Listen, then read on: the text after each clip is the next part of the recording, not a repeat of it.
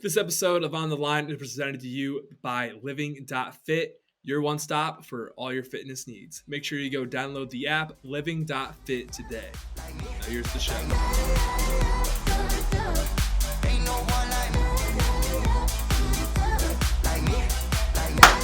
Welcome to On the Line. Today is Friday, August 5th, and we got a fun show for you guys. We got GM3 Gerald Meerschaert back on the show talking about his fight with Bruno Silva at UFC San Diego next weekend. But on top of that, fun interview. But on top of that, got our preview for UFC Vegas 59, Hill Santos, right after that. And then we dive on into our medals for the week. So without further ado, if you're listening on YouTube, hit that subscribe button. Listen on Apple, Spotify, Deezer, Stitcher, any other podcasting platform. Hit that follow. Maybe leave a review. Still looking for the go-host. Go out, apply, do whatever. It's going to close here soon, so go ahead and do so if you haven't already. Without further ado, here is GM3 himself, Gerald Meerschaert. We are joined by a very special guest. I think someone I can now call a friend of the program. We are joined by GM3, Gerald Meerschaert. Gerald, how was that USADA test yesterday? Yeah, it was business as usual. Got it on the first try like I do every time, like a pro. So I'm a veteran, and they came in at an unexpected time, but I did what I needed to do. Just start chugging a gallon of water. Just as I know you said, you just went to the bathroom. They showed up to start chugging water. Like, all right, let's just try to get this as fast as possible. Pretty much, yeah. Is it obviously they test everyone and everything, but is there a part of you you're like, hey, they think I'm on roids, they're testing me, at least, you know what, we're good. I mean, that's a good thing, right? They don't test me enough for me to think that. I don't think anybody looks at me and is like, that guy's on steroids. Like, I'm in good shape, but I'm not like a physical Adonis or anything like that. I was gonna say maybe like deep down inside, you're like, obviously they have to, but deep down you're like, they're still testing me. They're still testing me a little bit. Like, what's the amount of times that you've been tested in a year? Like, what's the most amount of times they've come and snagged you? Well, I feel like it's pretty consistent where you get one, for me at least, I get one out of competition test, and then I'll get one test where I have a fight booked, like maybe 6 weeks to a month before. This one's a lot closer, obviously, because my schedule's a lot different now, so it's probably just easier for him to get people in Florida. But yeah, usually it's like 2 times in between, once or twice in between fights. So like maybe 4 or 5 times a year is probably the most. Okay, so it's not too bad. Not bothering. It doesn't seem like they were even bothering you at the worst times of the day either. I know some guys get woken up at 6 a.m. or something crazy like that. Whereas it sounds like you've had at least it was decent in the middle of the day after training, so it's a little easy.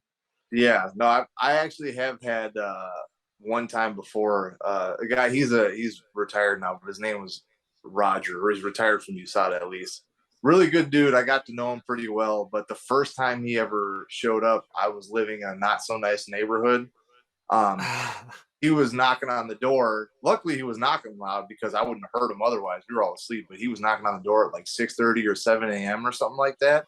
And the place I was living at the time, you don't knock on the door that early unless it's like not good news. So like me and my roommates were all up at the door, like all strapped up, like, what the hell is this? My first audit test, and it was like, oh, okay, never mind. Like, we're all good. It's all business, all business. I was just saying that's. What did they ever explain to you guys why they come so early? Just because they have to travel across so many different areas? Is that why they do it, or it's just like, we're just gonna come whenever we want? Well, it's supposed to be random, so I get that. And this was just a misunderstanding because I'd never had it before, and I know he was driving up from Chicago because there's fighters in Chicago, and then we had a lot at Rufus-Fort at the time. So he was like, I wanted to come up now, make my rounds, and then catch some people on my way back down. But after that, it was, I think the earliest they ever came was 8 or 9 a.m. Oh, that's normal. You're up. You're getting ready for the day. So that's normal. That's all right. So as if for people who may have not watched Gerald Meerschaert interviews before, you're in a different spot. You're down in Florida. You're at Kill Cliff. It used to be Sanford MMA. How has the change been from moving from Wisconsin, the glory old Midwest, to going down to Florida? So far, it's been great. I mean, I've a lot of good guys here, a lot of good coaching.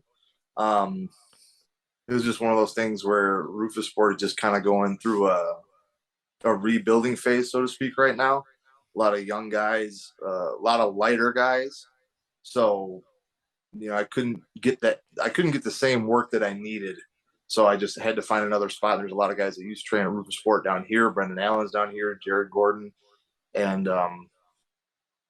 Duke knows Henry Hooft as well, and they're buddies and familiar with each other. So it was a pretty easy transition, and it's a nice place to have come to because there's plenty of bodies that are my size and even bigger, which I'm not always have been used to, and it's like it's a big team, but it's not too big.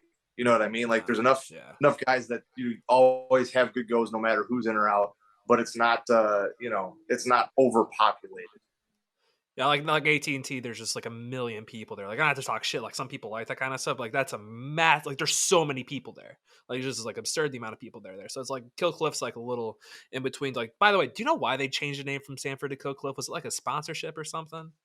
I think it's something to do with like they're gonna be like the partnering with the gym now. So everything I'm hearing, the gym's gonna get pretty much revamped. Probably by the time I'm back for my next fight. So I'm excited to see the changes. Do they like? I know sometimes the gyms will have like. Obviously, there's a lot of guys who travel from their homes to go train at these different gyms across the country. Do they have like apartments and stuff? Like, is that where you're at now? Like an apartment complex kind of set up by them, or is this just something you had to do on the side? Uh, I figured this spot out myself. I just got like a little Airbnb type deal Okay. down the road from the gym. They do have a couple hotels like in the same business park as the gym, but I kind of need a kitchen. So like microwavable food, leading up, getting close to a fight. Yeah, you don't want to be eating those. What was it? I know obviously there's a lot of companies out there sponsor all you guys, but you don't want to be eating that stuff right before like you start the really shitty weight cut. Like what? So you probably have a couple more days of carbs until you just completely cut them out, right? Oh yeah, yeah. No, like I'm actually sponsored by Fresh and Lean, so shout out to them. They got some pretty good clean stuff, but as it gets closer and closer, I won't completely cut those meals out, but I definitely have like particular things that I want to eat. And it's just, I've been doing it this way for so long. Like those help get me on track. And like, if you were looking for something, especially like an everyday person, right? You wanted to eat something or have like a meal or two a day that for sure is healthier, something easy to grab, throw in the microwave instead of like fast food. It's perfect for that. Like it helped me get to where I need to be to start that final like dieting process. But yeah, it's too late in the game in my career to be like going off of that completely for a weight cut.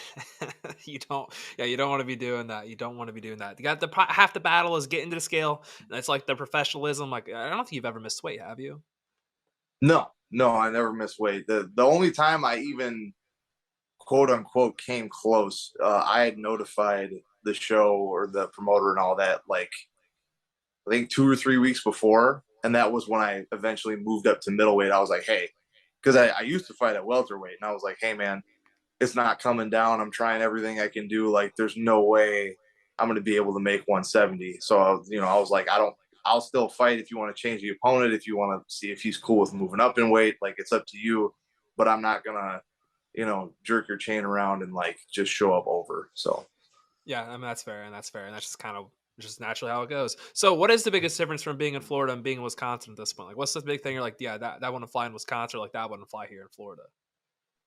I mean, training is training. The schedule's a little bit different. But you go to a good gym and you train with good guys, it's going to be pretty similar everywhere. I mean, there's a little minute differences, but I'd say the biggest difference is it's really, really hot here all the time. It's only hot sometimes in Wisconsin. That's true. That's facts. Also, it's a little bit easier. You sweat a little bit more. Is it humid down there where like Cook Cliffs? I know certain parts of Florida aren't like too crazy humid. Like in the Midwest, when it's humid as fuck, like you're literally just wet the minute you walk outside.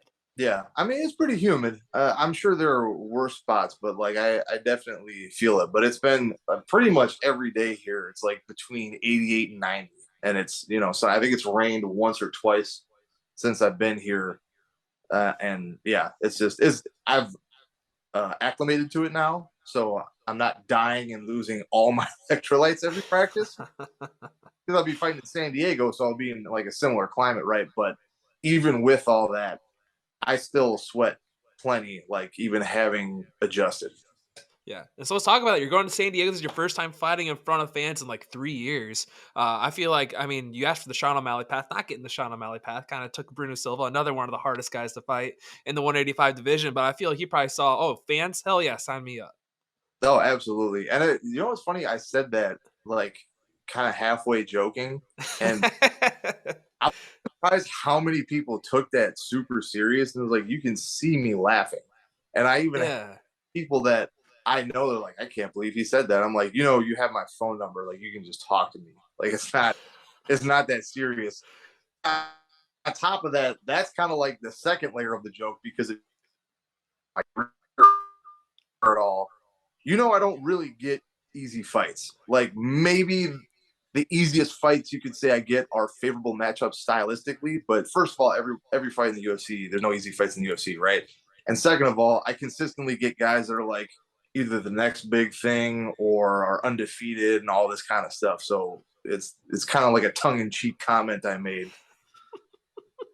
I thought it was funny. I thought it was funny because, like, obviously it was a joke, but I thought that was like the funniest thing in the world. So you probably had people there in your DMs. Like, I keep talking about this. Like, I feel like the fans always slide in your guys' DMs, like, just shit on you. I feel like you had guys who are like, oh, you're not Sean O'Malley. You shouldn't be asking for this kind of treatment and yada, yada, yada, yada, yada. Yeah, I didn't hear anything that it was more like kind of shocking. It's like people that I like knew personally or like I had, ties with, and I would kind of like it would get back to me and like it didn't bother me at all. But I was like, guys, it's a joke. Like all you couldn't hear it in the interview, right? But like all the reporters at media day laughed. Like Yeah. everybody else completely understood what I was saying, but then there's still gonna be, a handful of people that are like, I can't believe you said that. Why would you want easy fights? And in my head, I'm like, all right, first of all, it's a joke.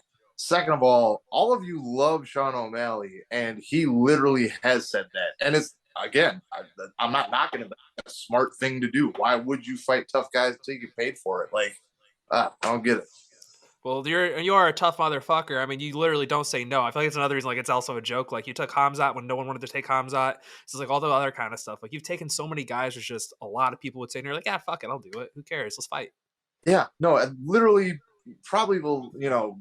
Out of the last few opponents I've had, almost every one of them, I feel like I've heard that. Like even with Bruno Silva, he was like, yeah, a couple, like two or three guys said no, and then he said yes. I'm like, of course, I'm the guy that said yes.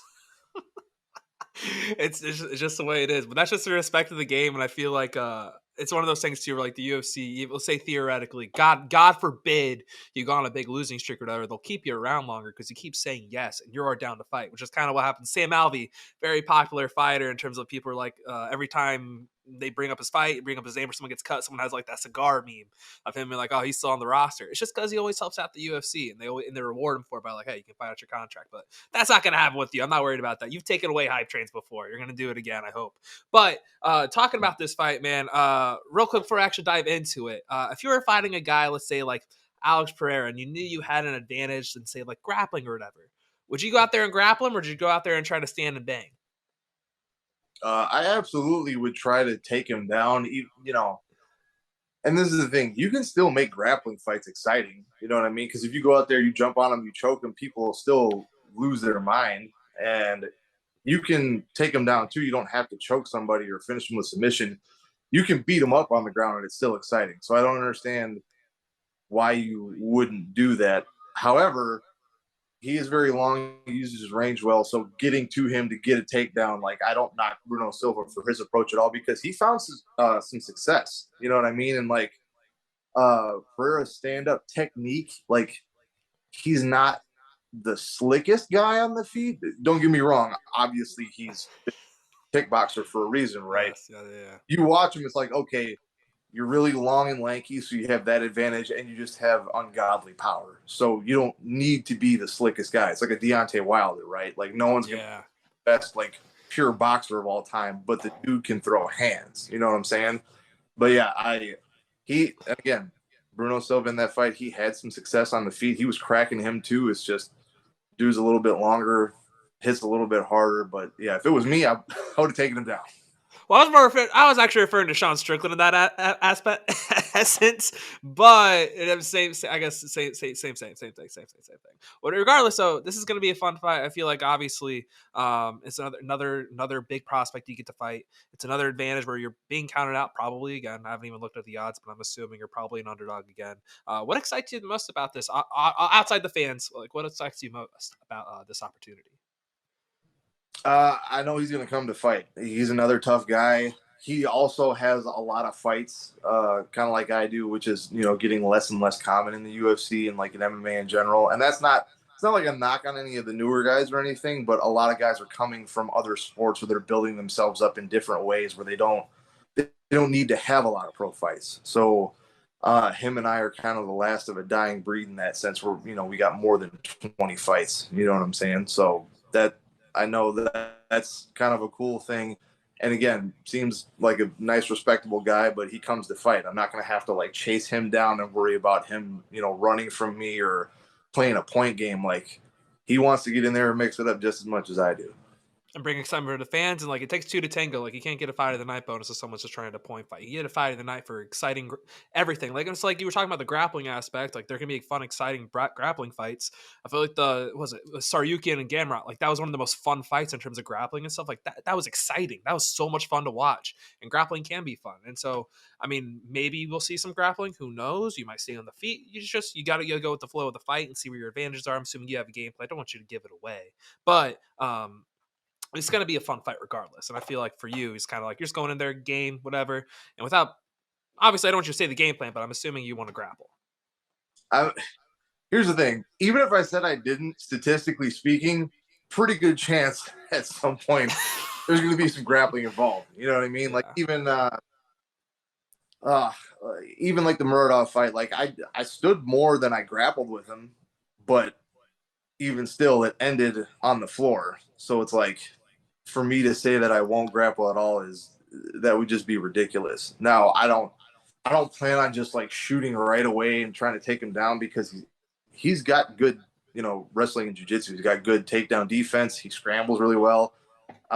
He's actually pretty slick on the ground. You know what I mean? I'm pretty sure he's a black belt, and there's plenty of guys that he's gone against where I've seen where it's like he's not a slouch, and he's really smart about shutting down someone's grappling in order to give himself an opportunity to hit you. And that's like a lost art for a lot of guys. Some guys get stuck in like, oh, I just have to anti-wrestle and then get space and hit, whereas like he'll anti-wrestle, anti-grapple, and like he doesn't care if he ends up on top on the ground or if he has just a little bit of space. Like I was saying in a different interview, he does really well about hitting in spots where a lot of guys forget they can hit. So I think that'll make it a real exciting fight because neither of us are going to be able to take a break ever because I like to fight in close and fight in the clinch.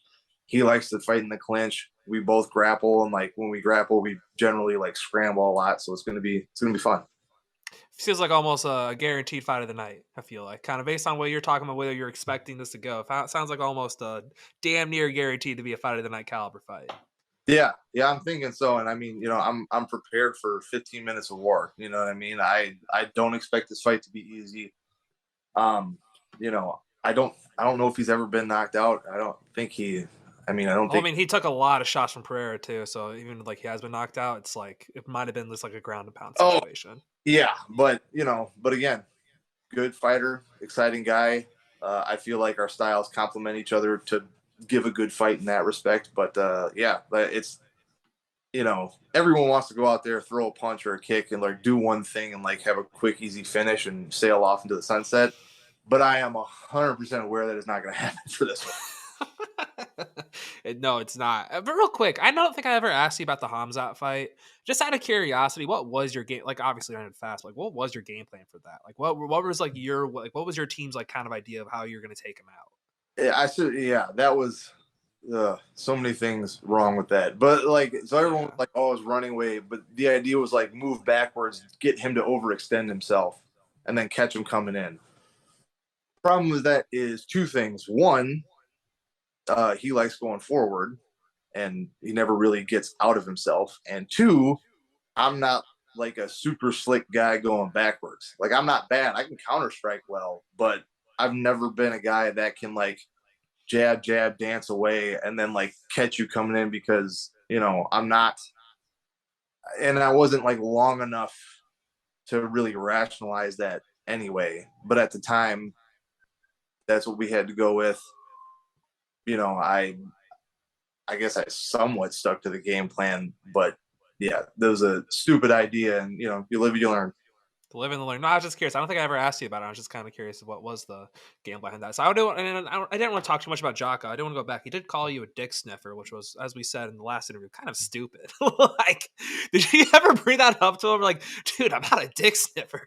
I think he did say cross differ. I think I either misheard it or someone's like. No, he definitely said that. He definitely said. I looked Oh, it up. He 100% said it. okay. But yeah, and like it's before a fight. Whatever you got to do to hype yourself up, man. Like that's fine. I don't know. Also, by the way, like what I rewatched the fight yesterday just so I like remembered everything correct. Like I remember you got hit with like a front kick, and I think it was like Bisping. Someone's like, "Oh, he's hurt," but it was pretty obvious. Like you were still throwing. It looked like you were fine. When you hear those kind of things in the apex, you're like, dude, like you're part of like, dude, I'm fine, but like then get back into the fight. Like, do you have that little instinct of like, I'm good. Like this isn't. I'm not hurt. Yeah. Sometimes if you can kind of like you hear it through the noise, but I've seen it when I've rewatched a lot of my fights, and I'm like, for better or worse, I kind of try to like move with the strikes. You know what I mean? I don't want to take the full on impact. And if I'm not ready to completely dodge a strike or completely block it, you got to literally, as the saying goes, you roll with the punches. So maybe my balance will be off, or I just kind of move with it. And they're like, oh, he's hurt. And it's like, well, and anyone who's watched my fights knows this. When I'm in there, when I'm walking out, I always look like I'm tired. I always look like I just woke up from a nap. So when they see that, they're like, "Oh, he's hurt." And it's like, guys, you see me fight like 15 times. You know I'm hurt. That's for me. That's not what hurt looks like. I understand how it could look that way, or like, and I don't even ever remember him really hitting me with a front kick. To be honest, I'd have to watch the fight again. But there was one strike that he did catch me good with. I think it was maybe in the third round, but I was like charging in. I think he caught me with a hook or a right hand or something. And that one, like, I didn't look hurt at all. Like, that was the one that I remember. Like, I lost the split second where I was like, oh, I ran into that one. And then I got right back. And when I watched it, I was like, oh, I look completely fine. That's crazy. It's kind of weird how that works out like that sometimes where maybe like you get hit, maybe you slip and they're like, oh, he's hurt, but really you're fine. Then like you just said, you get actually clipped for a second and you go back and look at it like, oh, you're look fine. And it doesn't even look like it really got you. Yeah. It's the beauty of the sport, the beauty and but one more question about it. Knowing like the one of the interview I heard, I think it was with James Lynch where you're talking about how you were a little tunnel visioned on a certain aspect of the game plan against Jocko. Like what was that? Like what were you like tunnel visioned on? I think I just got too like obsessed with chasing them down and throwing like two big shots instead of like mixing it up. I had really good success with the leg kicks. Mm-hmm.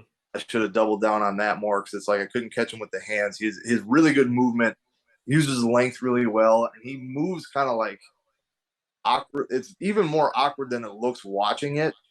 But when you're in there, it's like I've never really like got to go a lot with somebody who moves like that, where he really, really leans back when he punches. And again, it worked for him. Like I couldn't hit him, and he was like kind of hitting my blocks or like glancing blows, but that's still winning for him, right? So yeah, I just got obsessed with like I got to charge in and close the gap when it's like, man, I'm scoring with these leg kicks. It's not the most exciting fight in the style, I should say, or game plan. And like we've been talking about, I like to go make fights, but I could have stayed on the outside, flick a jab. I caught him with a 1-2 a couple times, or I was catching him with a solid jab. I could have just jabbed and low kicked and then make him come in, but I didn't have the patience for that night. So over. And when you get punched in the face, it's just the adrenaline takes over, and there's only so much you can do, right? Yeah. Yeah, there's only so much you can do. So real quick, I know recently you joined Team iPhone, and I saw Bilal Muhammad. I've gone back in the past and noticed he makes a big deal about this. How long did he just give you shit for not being on Team iPhone? I got grief from everybody, and it was honestly, I was on the same team. I was on the same way in college. I remember my friends were like, "That's why like girls won't text you back, dudes, because you didn't have an iPhone." I'm like, what the fuck? Honestly, if it like, it's just that the texting through an Android, as you know, it's SMS, so it's not its own app. Whereas iPhone, the messaging is an app itself, which is why you can receive those big files. and you can airdrop stuff and all that. And there's just a lot of times where like, people would want to send me something, but they couldn't airdrop it to me, or like, I was missing out on a lot of videos and pictures of my son, and I was like just getting annoyed because I was like, well, send it to me on Messenger, but you don't always get those. And I was like, you know what, screw it, I'll just make it easy. Like, let's get a friggin' iPhone. Does it feel any different having the phone, or is it just kind of like, well, this is just, no, I guess not going to text with people a little easier, receive things a little easier? I mean, I didn't notice a difference when I switched, at all, really. I can FaceTime now. It's just a different like operating system, right? Like one thing I did notice with my Android is I could kind of dive into the phone a little bit more and get like what seemed like a little more control over it. But some of that stuff is already built into the iPhone anyway. So it's like, it's a horse apiece. It's, iPhone, generally speaking, is more convenient. And if you like fiddling with stuff, then Android's fine. I remember the one thing that drove me nuts was now you have the sliding keyboard on iPhones, but like before, that was like my favorite thing about Android. I could do the sliding phone thing and it send like real quick text like in 2 seconds. Mm-hmm. When they finally had the iPhone, I'm like, okay, I don't need to go back. But that was my favorite thing about Android that they took away, that they didn't have an iPhone. That was the only thing I really missed for a little bit until they added it. The one thing I miss is I had the Android phone I had a thumbprint instead of like yeah. That is, I feel like that's so much more convenient because you're not always holding your phone like directly angled at your face or whatever. So you can just put your thumbprint on there, which I don't know why. I feel like they could just as easily have it, but hey, whatever. I don't work for Apple. Well, I have like the old school one where it's like an SE, so it's like the old school iPhone. So you still like use touchscreen, you still use a thumb. So I don't have the face identification. So I still got that little aspect of it. Yeah, I have an older one still at my house that I kept for whatever reason, and that one has like a button on it, right? Yeah, it has a button, but it's like all the like software and stuff is all up to date. Yeah, but even the Android I had, there's no button; it just does it on the screen. So it's like they could do it. Like they'll come out like what iPhone are we on? Like 10, 11, 12, 13. 13. They'll probably have on an iPhone 15. That's probably what they'll do. Probably. That's usually they're about like a couple of years behind, and they finally add the Android features. Then it is what it is. So real quick, this is my last question I got for you. It's going to be very weird. So like in the Midwest, obviously in the winter months, we don't get a whole lot of sun. Before you get into a fight, do you try to like tan yourself so you don't look pale as shit when you get in the octagon? I don't do it. I don't tan before fights, but one thing I have done, like sunlight is good for you. You don't want to overexpose, right? But generally speaking, once a day, I'll get outside and there's a little boardwalk down by the beach where I'm like really close to where I'm at. So I'll get outside and I'll get some sun, over a large portion of my body and just kind of, go on a nice little walk, like get some recovery, burn a couple calories, but definitely getting all the benefits of like it's a very underutilized thing is like it helps your hormones, helps you feel good, fresh air, all that good stuff. But I definitely like to be, I've been doing it this whole time I've been down here and it's been working great for me. But getting outside, walking in the sunshine, and I like being outside anyway. So even when I was training at Rufus Sport, especially in the summer, winter obviously it's a lot harder. But if it's nice enough out, I like to be outside. Honestly, that's one of the things I've always I don't always notice it, but sometimes you'll notice like obvious like farmer tans lines, or you'll notice with like in the winter, like you get guys from the north and it's obvious they haven't been out in the sun at all and they're like just pale as can be. It's just a tough look, but it is what it is. You're in there fighting. It is what it is. But anyway, man, appreciate you coming on. That's what I got for you. If there's anyone you want to shout out, sponsors, or any of that nature, feel free to do so. Well, like I said, I got Fresh and Lean. Shout out to Killcliff FC for having me. It's been great. And my manager, Sucker Punch. Check them out. Well, actually, I forgot one question. This is one I always ask, and it is what it is. So you're not going to say you're going to lose. You're not going to say by decision. How are you going to beat Bruno Silva at UFC San Diego? Go third round submission. I like that. All right, cool. Appreciate you coming on, man. All right, that was an awesome interview with our man GM3. Love that guy. Hopefully he gets this dub here next week against Bruno Silva. But let's go ahead and dive into what we got this week. One of the few Apex fight nights we got here. over the next couple months. So let's go on and dive on into it. But like for all the people out there saying this card fucking sucks, they're trying to act like they're cool on the internet or whatever. Like this card's loaded with a bunch of like low key banger fights. And as someone who usually isn't the biggest fan of like women's MMA, like there's some really good fights in terms of like their side of things this week. So let's go ahead and dive on into this thing. Kick off the music. Let's go ahead and dive on into it. And let's just go bombs away with Maria Bruno Silva taking on Stephanie Yeager. Don't let the wiki cappers and tapologists tell you, but Bruno Silva hits like a fucking truck. And Yeager brings the pace, just as in an armbar or bust. As you go back to back to back to back, WMMA with Mary Poppins McKenna and Mother Danger Granger battling to see if both size has a correlation with fighting abilities. Sorry, Juliana Pena, but sometimes size does matter as Granger's danger leads to victory. And speaking of danger, this next bout is strictly danger for the Vanilla Gorilla Jason Witt. Every second it's on the feet as he welcomes UFC newcomer in Juicehead, Josh Quinlan. DK, White Donkey Kong, Jason Witt doesn't need consent for this incoming grapple fucking. War Witt. And we move on to the 3-minute Terrence McKinney versus the Ghost Pepper Eric Gonzalez. Terrence has died 3 times in 3 minutes, and that's just not inside the octagon, and he definitely hasn't told anyone about that. If this goes 3 rounds, my liver will be somewhere in South America. This will be murder one way or another. But you cannot kill this man. Smile at Sam Alvey starts his run to the middleweight strap as he goes against too small Mikhail Olechek. Alvey sparks not only Mikhail, but he lights every social media platform on fire as a plus 450 dog. War Alvey, fuck the haters. No bias whatsoever in that preview. As we move on to the most violent women's fight of the year is the Queen of Violence, Ariane Lipsky, and Zombie Girl, Priscilla Kucheria. Zombie Girl eats punches like Daniel Cormier guzzles chicken fingers, but if Lipsky gasses herself punching her in the face, this could get pretty weird as the fight moves on as we go into what's really weird between Augusta Sakai and Sergey Spivak. I'd say battle between who's going to be the next sacrificial lamb for Jailton Almeida. However, the next pair of heavyweights won't be in this division for very long, and it's for completely different reasons as they battle for the Ultimate Fighter title as the Ripper, Zach Pauga, takes on Muhammad Kamaru Usman.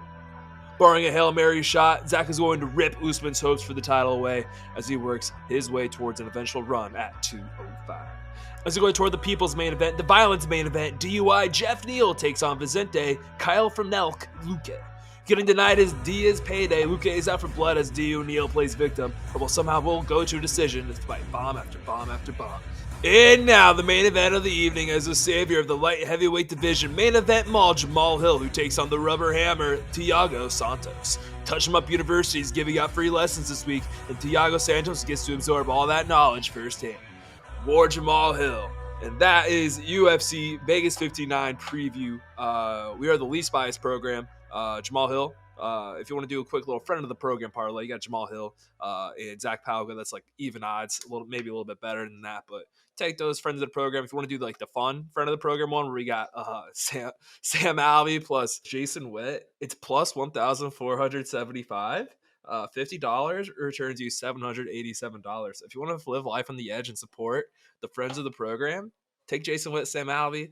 He wants something that I actually think is going to win and something that I probably will play myself. Zach Pauga, Jamal Hill. I love those 2 guys. I love all 4 of the guys. But I don't think we're going to go 4-0 this week. But they're not all going to lose. At least I don't think so.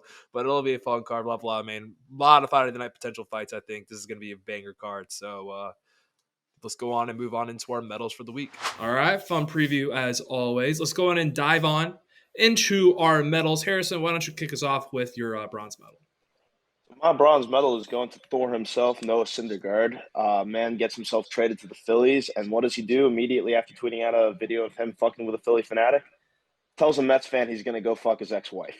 So Noah Syndergaard, just out of left field, this random Mets dude on Twitter just goes, "Yo, come to Citi Field the 12th to the 14th if you want an ass kicking." And Noah goes, "Yeah, let me know if you want me to bring your ex-wife or leave her at home." So dude's balling out. Dude's funny as hell as always. So shout out Noah Syndergaard and welcome to the Phillies. When you said that, I thought you were going to say he got hurt, honestly. No, he just straight up told some guy he was going to fuck his ex-wife. So fucking amazing. That's class actor in Philly. I'll go on my bronze medal. My bronze medal is going to go to Mike McDaniel. If you don't know, he's one of the coolest coaches in the NFL. He's like, if you were to look at a list of the NFL coaches, like if you looked at every picture, he wouldn't look like a coach. He just looks like a guy who just gets stoned out of his fucking mind and just skateboards and drinks Mountain Dew. But anyway, at a press conference this week, he was informed that he missed out on Yeezy Day, and I've never seen a coach look more sad. He was just depressed. He missed Yeezy Day. He's a man of the people. He's a man of his players. I would run through a fucking brick wall if he was my coach, but he's in Miami, so fuck him. I hope he loses. Actually, take that back. I'm a part of 2-1. I hope the Dolphins win the AFC East and So dig to down a truth everybody. show. But I hate Stephen Ross, so that's my predicament here. So I'm cheering for McDaniel and Tua, but I hate Stephen Ross. Is what it is. Whatever it is. My bronze medal goes to Mike McDaniel. Harrison, your silver medal. My silver medal goes to The Flash because that seems like the one DC movie that's going to be safe until its release date. Because yesterday, 2 days ago, the Batgirl movie was canceled. I'm like scared for the Blue Beetle movie that's coming out. And the one movie I'm positive that will come out still for DC is the one movie where the lead actor is on the run from the cops currently. So that's a hell of a movie to go with and not even tweak a little bit. But Flash DC Flash hasn't been canceled yet. No, still in production. Even though they're probably going to cancel the Supergirl movie, that's going to be a spinoff of that.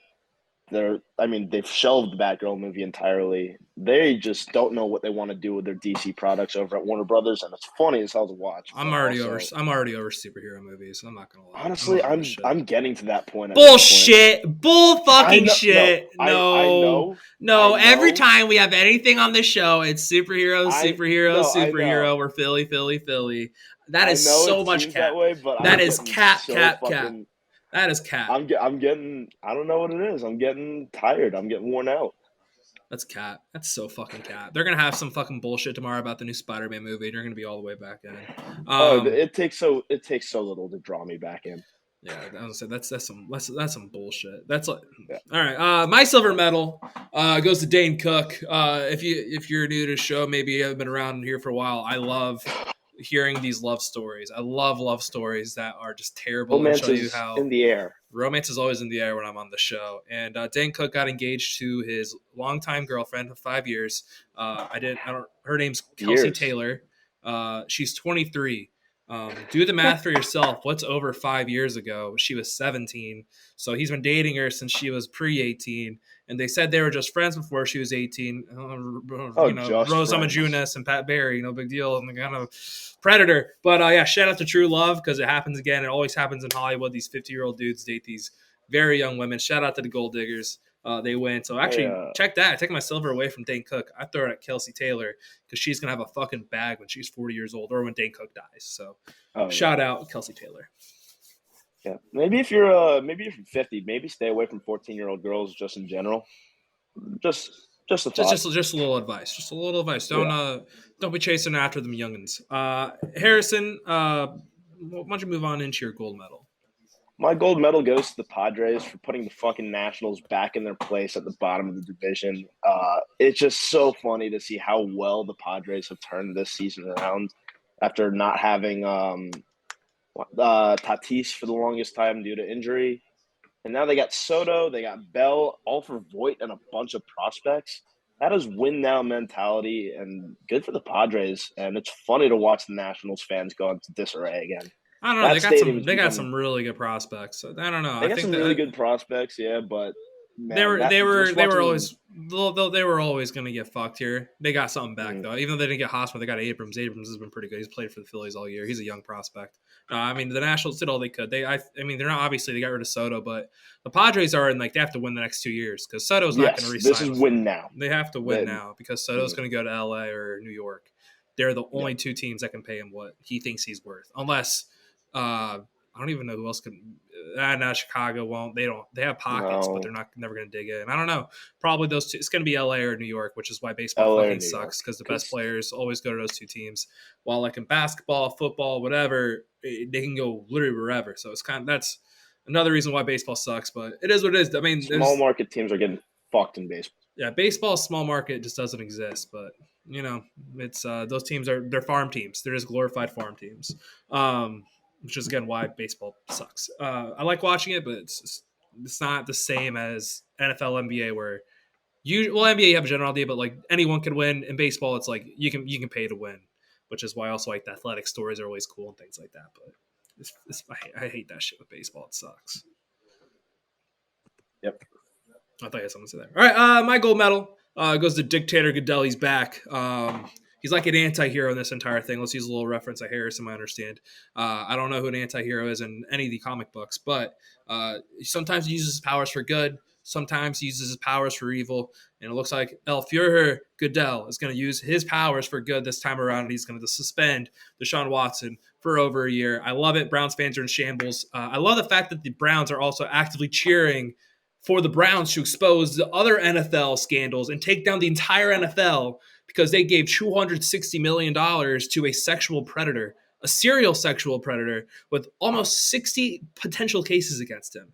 There's 26 out there that are like confirmed. There's up to 60 potential cases, and the Browns fans are cool with taking down the fucking league because they made a huge gamble on a serial sexual predator. The scumbag of the earth. Great job, Cleveland. I don't say the lock word often. Carolina Panthers are going to smoke the absolute piss out of the Browns week 1. I don't know. Baker Mayfield apparently looks good in practice too, and that's his first game back in the regular season. Browns are going to be down to friend of the program, Jacoby Brissett. All love Jacoby. Love you, Jacoby. But there's something you can't beat, and that is a pissed off back against the wall Baker Mayfield. So, Revenge game, baby. I love this. I love it in the fact that the Browns are really going to like suffer for this. Just super scumbag move all around what they were doing. And I think the NFL business wise, they made a decision that they think they're going to lose more money if they kept the suspension than if they suspend him for a whole year and get sued by him. I think they made that business decision, which is probably accurate, honestly. I think they'd lose a lot of money if they kept the suspension. So I think a lot of people would have legit like stopped watching. Sponsors would have been like, oh, no one would want to spot. I feel like Brown sponsors probably are going down. I wonder if they're making as much money at the stadium and stuff. It's like you're supporting this guy. Yeah, I don't know. I wouldn't think that like of all teams in the NFL to get big sponsorship deals too, the Browns have never been one of them for me. Like no, not meant like locally. This whole situation like locally has just locally. Yeah, like I locally. didn't think about it like that locally. Way. Like, you have to think there's about, a lot of.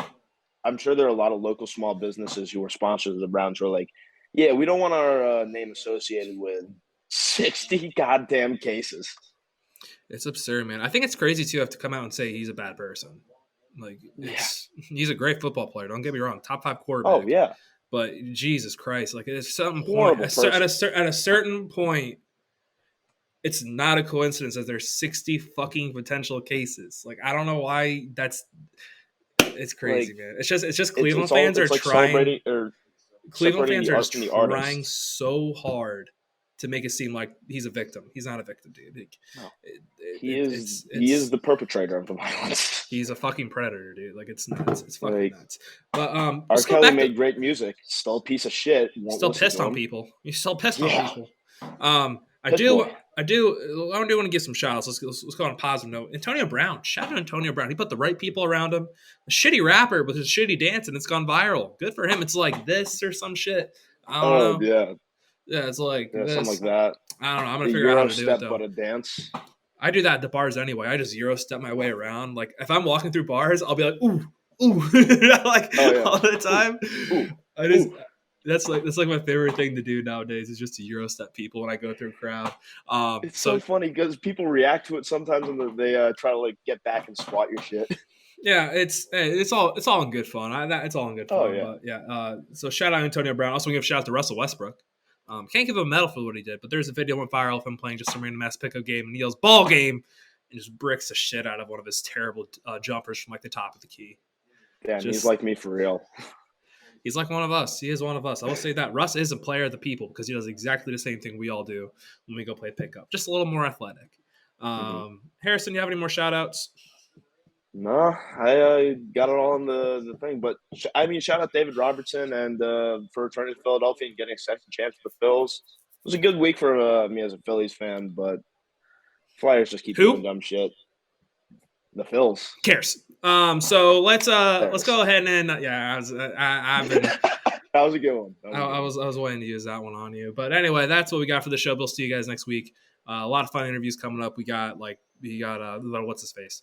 Oh my God, I'm blanking. But very minimum, we have Tyson Nam next week. The Nanimal. He was fun, dude. Fun interview. He's gone through the ringer of just crazy situations across the world.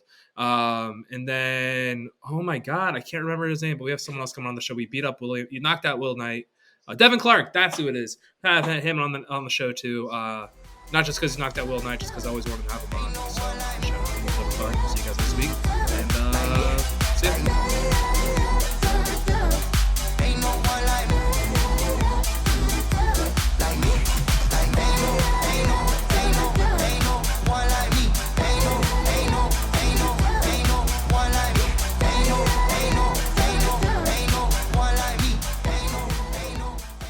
Thanks for watching. Thanks for sticking around with me all the way to the end. I just want to once again thank the sponsor of the show, Living.fit. If you're looking to better yourself, make sure you go to download the app or visit the website, Living.fit today.